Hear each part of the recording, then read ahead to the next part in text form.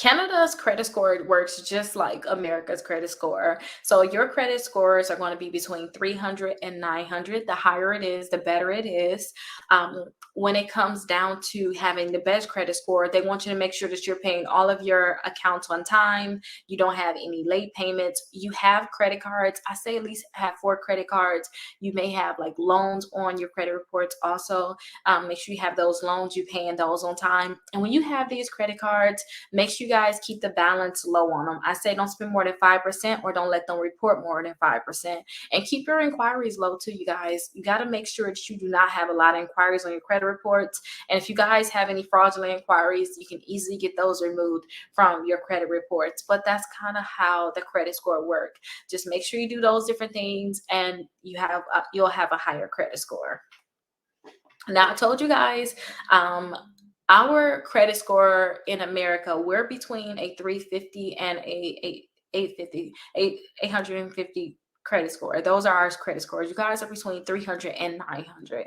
That's your credit score. You guys have to do the same thing that we have to do in America to have a higher credit score. Just make sure that you are following those steps. Like I said, just make sure you pay your bills on time. It's very, very important. Your payment history.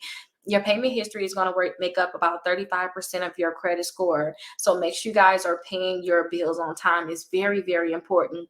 They cannot mark you late until you're 30 days late, even out there in Canada. So I definitely suggest that you guys just make sure you pay your bills on time. If you guys are 5 days late, don't freak out. Just pay your bill, and make sure that you're making a habit that you guys are going to start paying early, but they cannot mark you late until you're 30 days late. The biggest thing that a lot of people don't understand is that utilization is very, very important. So if you guys have $1,000 credit card, if you max it out, your credit score is going to go down a lot. Like your credit score is going to drop. It's going to go down a lot.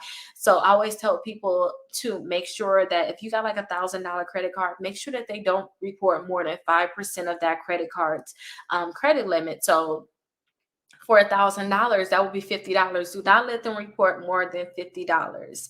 So definitely look into making sure that your balance on your credit cards is low, and make sure that you're paying your bills on time. Do not go crazy applying for a lot of credit cards, because those inquiries can definitely drop your credit score. When you follow these different steps, you want to see that you're going to have the best credit score possible.